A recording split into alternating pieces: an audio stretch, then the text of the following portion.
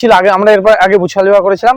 এই বুছালে যে মানুষের মধ্যে যে একটা কৌতূহল দেখেছিলাম, সেই কৌতূহল থেকে ভেবেছি যে নেক্সট বারও আমরা কোনো টাওয়ারই করবো। ও মা দুর্গা আজ ভক্তি ভরে প্রণাম জানাই তোরে। মানে উচ্চতা কতটা? এটা উচ্চতা টোটাল 130 ফুট হবে। 130 ফুট হবে। হাত জুড়ে ও মা দুর্গা আজ ভক্তি ভরে। 2024 সালের বিশেষ আকর্ষণ চীনের বৌদ্ধ মন্দির। তো হ্যালো বন্ধুরা, কেমন আছো তোমরা সবাই? আশা করছি তোমরা সকলেই খুবই ভালো আছো, সুস্থ আছো। তো তোমাদের সকলকে ভালো রাখতে আরও একটা নতুন ব্লগ ভিডিও নিয়ে আমি চলে আসলাম। তো এই মুহূর্তে আমি দাঁড়িয়ে রয়েছি হুগলি জেলার জিরাট শহরে। তো আমরা জানি দুর্গাপূজা বলতেই সবার আগে যে শহরের নাম আমাদের মাথায় আসে তা হচ্ছে কলকাতা। কিন্তু কলকাতার পাশাপাশি এই জিরাট শহরেও কিন্তু দারুণ দারুণ পূজা হয়ে থাকে। আগের বেশ কিছু ভিডিওর মাধ্যমে তোমাদেরকে দেখিয়েছি জিরাট শহরের দারুণ দারুণ বেশ কিছু পূজা। তো এই ভিডিওর মাধ্যমে আরও বড় বড় দুটি পূজা কিন্তু তোমাদেরকে দেখাবো। তোমরা প্রথম থেকে শেষ অবধি দেখতে থাকো। দুটি পূজার কিন্তু খুঁটিনাটি তথ্য কিন্তু তোমরা জানতে পারবে। এই স্থানে তোমরা কিভাবে আসবে, কি কি থিম হচ্ছে, সম্পূর্ণটা তোমাদেরকে জানাবো। তো আমি এই মুহূর্তে জিরাট স্টেশন থেকে নিচে নামলাম। নেমেই কিন্তু আমাদেরকে ডান হাতে ঘুরে যেতে হবে। এই যে যে সোজা রাস্তাটা দেখতে পাচ্ছ, এই সোজা রাস্তা বরাবর কিন্তু আমাদের প্রথম পুজো আজকে। তো স্টেশন থেকে ডান দিকে নেমে আমাদেরকে ওই 6 মিনিট মতন হাঁটতে হলো। চলে আসলাম জিরাট বাস স্ট্যান্ড সবুজ সংঘের পূজা কমিটিতে। তো এবছর তাদের উপস্থাপনা হচ্ছে দুবাইয়ের বিল্টমোর সরপিল টাওয়ার। তো তার কাজ এই মুহূর্তে কিন্তু অনেকটাই এগিয়ে এসেছে, আর এই মণ্ডপের উচ্চতা কিন্তু অনেকটাই হতে চলেছে এবং সমগ্র পূজা মণ্ডপটি কাচের হতে চলেছে। আর এখানে যে আলোকসজ্জাটা হবে তা কিন্তু অভূতপূর্ব হতে চলেছে। এখানকার যারা কর্মকর্তা রয়েছেন তাদের সাথে কথা বলে তো সম্পূর্ণটা জানাবোই, কিন্তু তার আগে এখানকার কতটা প্রস্তুতি এগিয়েছে তোমাদেরকে দেখিয়ে দিচ্ছি। ও মা দুর্গা আজ ভক্তি ভরে প্রণাম জানাই। এই হচ্ছে সবুজ সংঘ, আর সবুজ সংঘের একদম পাশেই কিন্তু রয়েছে এই সরপিল টাওয়ারটা।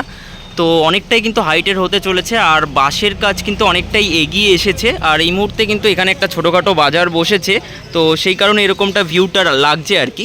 তোরে দু হাত জুড়ে ও মা দুর্গা আজ ভক্তি ভরে প্রণাম জানাই তোরে দু হাত জুড়ে। তুই আসবি বলে মোরা সে পথ চেয়ে দে মোর। তো বাইরের যতটা কাজ এগিয়েছে তোমাদেরকে দেখালাম। বাইরে কিন্তু এরপরে বাটামের কাজ বেশ কিছু দিনের মধ্যে শুরু হয়ে যাবে। তো এখানেও বেশ কিছু বাঁশ ফেলে রাখা হয়েছে, আরও কিন্তু উচ্চতাটা বাড়বে আর কি। তো যাই হোক, আস্তে আস্তে এবার ভেতরের দিকে গিয়ে তোমাদেরকে সম্পূর্ণটা দেখাচ্ছি, চলো। ঠাই তোর চরণ তলে ও মা দুর্গা আজ ভক্তি ভরে প্রণাম জানাই তোরে দু হাত জুড়ে। তুই আসবি বলে মোরা সে পথ চেয়ে দে মোদের ঠাই তোর চরণ তলে। তো জিরাট বাস স্ট্যান্ড সবুজ সংঘ এবছর দুর্গাপূজা কততম বর্ষে পদার্পণ করলো? 59তম বর্ষ পদার্পণ করলো। তো আপনাদের দুজনের পরিচয়টা একটু জেনে নেবো। আমার নাম বাদল মারাকার। আমার নাম তপন হালদার। তো এবছর আপনারা করছেন দুবাইয়ের বিল্টমোর সরপিল টাওয়ার। তো এটা আপনারা এখানে কিভাবে উপস্থাপনা করবেন, একটু বিষয়টা যদি বলেন। এখানে বিল্টমোর যে সরপিল টাওয়ারের যে উপস্থাপনা, এটা যে আদলে তৈরি হয়েছে বিল্টমোরটা, তারই একটা পুরো আর কি যে প্যান্ডেলের মধ্যে আমাদের তুলে দেওয়া হবে। কিন্তু ওটা না প্রতিস্থাপনা বলতে হচ্ছে, মানে এটা আমাদের একটা চিন্তাধারা থেকে এসছে। যে আমাদের ক্লাবের যে সেক্রেটারি আছে তরুণ বিশ্বাস, ওনার চিন্তাধারা থেকেই এটা এসছে যে এই প্যান্ডেলটা করলে হয়তো এবছরে হুগলি জেলার মধ্যে আমাদের একটা স্থান থাকবে। দুবাইতে আমরা জানি এখনো পর্যন্ত এটা সম্পূর্ণরূপে তৈরি হয়নি। তো তাও বাঁশ দিয়ে আপনারা এই মুহূর্তে তৈরি করে দিচ্ছেন, এটা আপনাদের কাছে একটা বড় পাওনা আর কি। তো এটার মানে উচ্চতা কতটা? এটা উচ্চতা টোটাল 130 ফুট হবে। 130 ফুট হবে। আচ্ছা, আর চওড়া? 80 ফুট। চওড়া 80 থেকে 85 ফুট লেন্থ আছে। আচ্ছা, আমরা মণ্ডপে তো চমক থাকছি, হ্যাঁ। আলোকসজ্জাতে কি চমক থাকছে? আলোকসজ্জাটা পুরো লাইটের কাজ হচ্ছে, সেই লাইটম্যান আমাদের সঙ্গে আছে, আপনি তার সঙ্গে কথা বলে নিন। আচ্ছা, লাইটে আপনি কিরকম খেলা রাখছেন? এখানে যে বর্তমানে এখন যে লাইটের উপর যে প্যান্ডেলগুলো চলছে ঠিক তার থেকে আধুনিকভাবে চলবে। আচ্ছা, টাওয়ারের যে ভাবনাটা, এটা মানে কোনো জায়গা থেকে কি ইন্সপিরেশন পেয়েছেন কি? না, কোনো জায়গা থেকে ইন্সপিরেশন না, এটা আমাদের মানে ধারণা ছিল। আগে আমরা এরপর আগে বুছালিবা করেছিলাম। এই বুছালে যে মানুষের মধ্যে যে একটা কৌতূহল দেখেছিলাম, সেই কৌতূহল থেকে ভেবেছি যে নেক্সট বারও আমরা কোনো টাওয়ারই করবো। আচ্ছা, মণ্ডপ এবং আলোকসজ্জার চমক জানতে পারলাম। প্রতিমাতে কি চমক? প্রতিমাতেও চমক থাকছে, সেটা এখন আমরা বলবো না। প্রতিমার তর্জটা ওটা একটা চমক থাকবে, পরবর্তীতে জানানো হবে। আর প্যান্ডেলটা পুরোটাই কাচের হবে। হ্যাঁ, আচ্ছা, পুরোটাই কাছের? পুরোটাই কাচের, ভেতরে এবং বাইরে? ভেতর বাইরে পুরো। আচ্ছা, ওপেনিংটা কবে রেখেছেন? যে তৃতীয়াতে ওপেনিং। আচ্ছা, দর্শনার্থীদের উদ্দেশ্যে কি বার্তা রাখবেন এবং ঠিকানাটা? দর্শনার্থীর উদ্দেশ্যে একটাই বার্তা, যে এবছর মানে কলকাতার পর যদি কোনো পুজো হয়ে থাকে সেটা জিরাটেই, হুগলির জিরাটে সকল দর্শনার্থীকে হুগলি জেলা সবুজ সংঘ কেন হুগলির জেলাতে প্রত্যেকটা পুজো মণ্ডপই ভালো হবে আশা রাখছি আমরা, ঠিক আছে। কিন্তু তার মধ্যে সবুজ সংঘ তো একটা অন্যতম থাকছেই, সেটা আপনারা নিজেরাই দেখেছেন, অনেক ইউটিউবাররা ভিডিও করে গেছে, তাদেরটাও দেখবেন কি উপস্থাপনা থাকছে। আর আমাদের জিআর স্টেশন থেকে নেমে 5 মিনিটের হাঁটাপথ, আর জিআর বাস স্ট্যান্ডের সঙ্গেই তো দেখতে পাচ্ছেন পুজো, এখানে তো আর হেঁটে আসার কোনো স্কোপই নেই, পুরো বাস স্ট্যান্ডের উপরেই পুজো। দুর্গাপূজার আগাম শুভেচ্ছা রইল, অসংখ্য ধন্যবাদ। থ্যাংক ইউ দাদা। তো এই মণ্ডপটি দেখার পর আমাদেরকে পরবর্তী যদি আরও একটি পূজা দেখতে হয় তাহলে কিন্তু এই রাস্তা ধরে আমাদেরকে 2-3 মিনিট মতন সামনের দিকে এগিয়ে যেতে হবে। তো আমরা এই দিক দিয়ে হেঁটে আসলাম, 2 মিনিট মতন হেঁটে আসার পর আমাদের ঠিক এই দিকে ঘুরে যেতে হবে।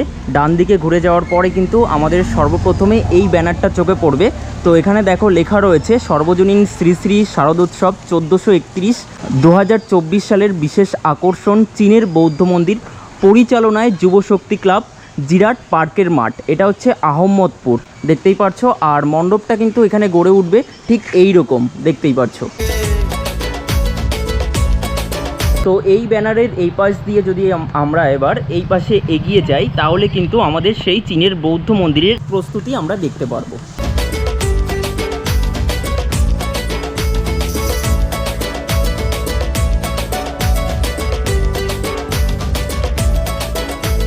চতুর্থীতে তোর শুভ আগমন, পঞ্চমীতে। তো বন্ধুরা, জিরাট শহরের বুকে আরও যে বড় দুটি পুজো হয়ে থাকে, তো দুটোর ভিডিও কিন্তু আমি তোমাদেরকে দেখিয়ে দিলাম প্রস্তুতি পর্ব, আর গুগল ম্যাপ লোকেশানও ডিসক্রিপশানে দেওয়া থাকবে। আর কেমনটা লাগলো তোমরা এই ভিডিওতে কমেন্ট বক্সে কমেন্ট করে জানাও। আর হ্যাঁ, তোমাদেরকে বলে রাখি, জিরাট শহরের বুকে যে কটা পুজো আমি কভার করলাম আর কি, তা কিন্তু প্রত্যেকটা স্থাপত্য স্পেশালিস্ট, প্রত্যেকটা কিন্তু সাবেকি পুজো আর কি। তো এটা একটা মানে বলতে পারো একটা অন্যরকম চিন্তাভাবনা এখানকার এনাদের। তো যাই হোক, খুবই ভালো লাগলো পুজোগুলো। আর তোমাদেরকে বলে রাখি, এই স্থানে তোমরা হাওড়া অথবা শিয়ালদা থেকে কিভাবে আসবে, তোমরা ডাইরেক্ট ট্রেন পেয়ে যাবে ওখান থেকে জিরাট আসার, কাটোয়া গ্যালোপিং লোকাল অথবা কাটোয়া লোকাল। তো স্ক্রিনে দেখো দেওয়া রয়েছে। তো চলো, এখনকার মতো ভিডিওটা এতটুকুই। আশা করছি তোমাদের খুবই ভালো লেগেছে ভিডিওটা। তো চলো, টাটা, বাই বাই।